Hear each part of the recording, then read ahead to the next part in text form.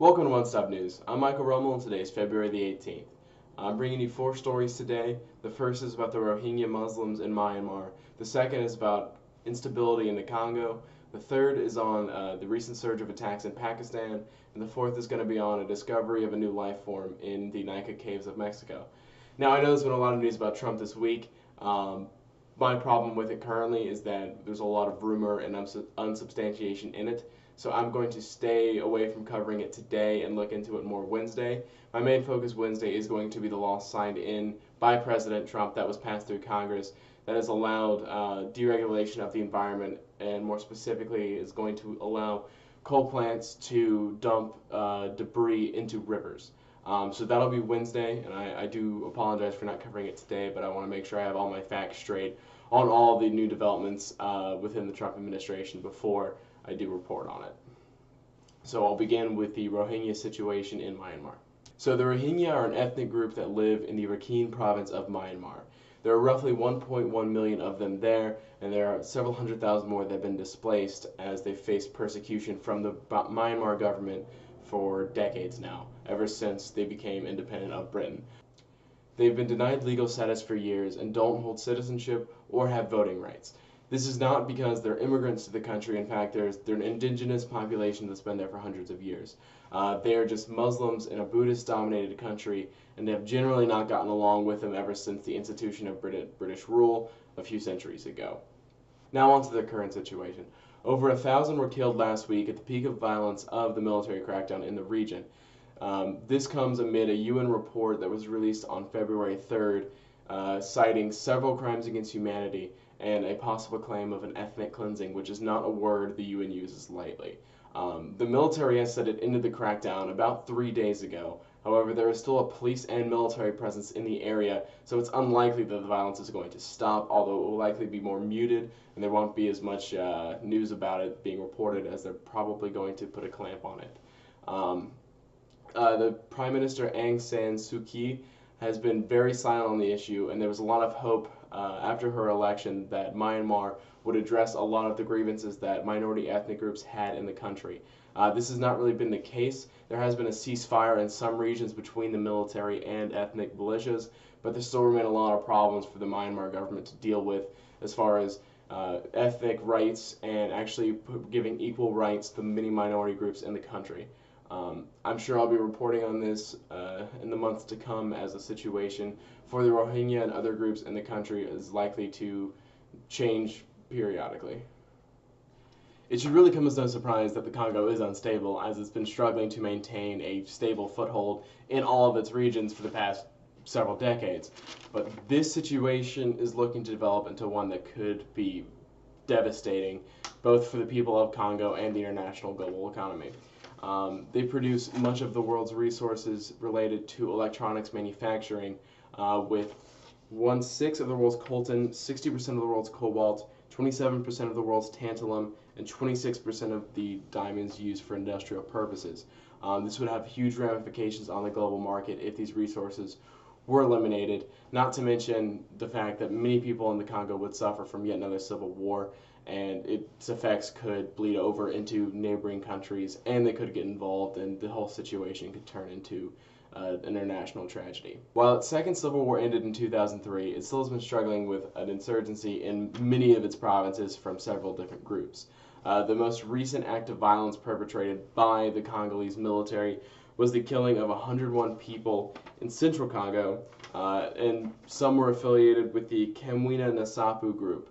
Now, there were reports that some of these were fighters. However, a lot of those killed were civilians, and the fighters themselves only had spears and machetes, and the execution of them is a disproportionate use of force in the scenario. Now, this is not a terrible surprise, as Congo soldiers are well known for their atrocities and well known for using disproportionate amounts of force in pretty much any situation that involves violence. However, it is not this act that may lead to civil war. Joseph Kabila himself is constitutionally barred from serving a third term in the 2017 election, so he's not allowed to run. However, he hasn't been willing to give up power.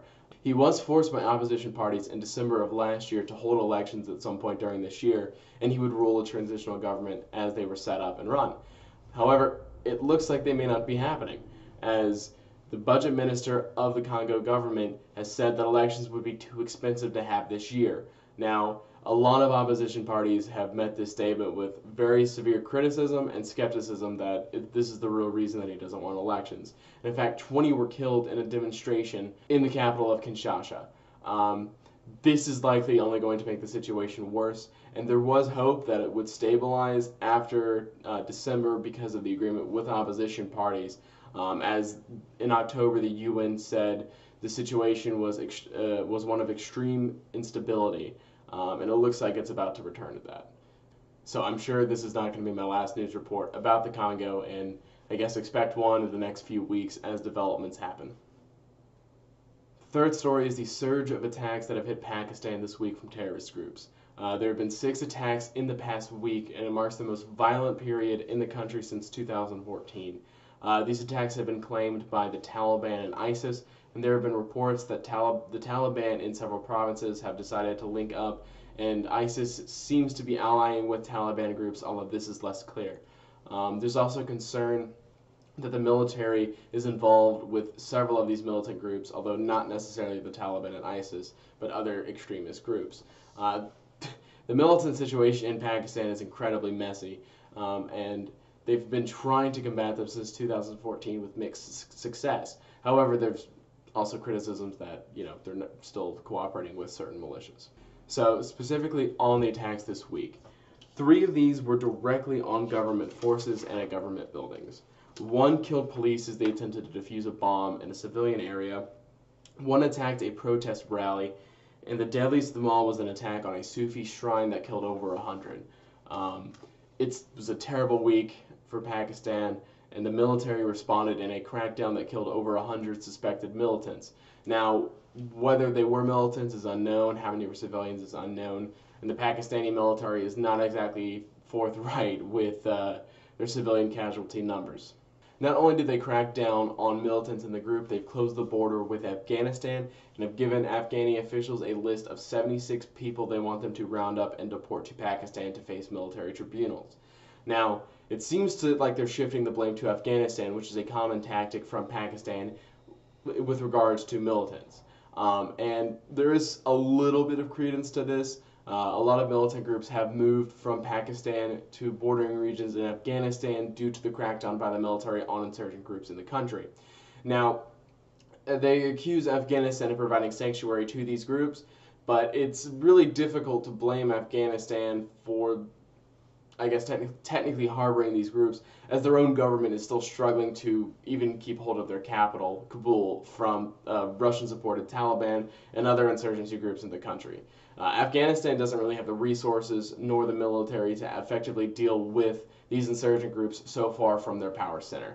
Now, it's not going to stop Pakistan from blaming them for it, but it's a pretty hollow blame. Now, I've decided to end with a much happier and a little bit cooler story, because I know I report a lot of bad news, and there's a lot of bad news, but there are some good things happening in the world, and it's nice to hear about them too. So scientists have discovered new life in the Nika caves of Mexico. These aren't, big animals or anything like that. They're just microbes. However, the area they live in is what makes them interesting. This is a very inhospitable region. There's no access to sunlight. There's little oxygen, but they still survived, and they use chemosynthesis, taking iron, sulfur, minerals from the rocks to sustain life. And there are theories that this is likely the type of life we will find in our solar system, and it does prove that life can sustain itself in these regions. Now, what makes this even cooler, in my opinion, is that they managed to actually revive these microbes, and it was suspected that they were dormant anywhere between 10,000 to 50,000 years. So I think that's awesome, and congrats to NASA and the scientists who did find these microbes. And with that, I'll let you go. I hope you enjoyed the broadcast, and I hope you tune in Wednesday. Thanks for watching.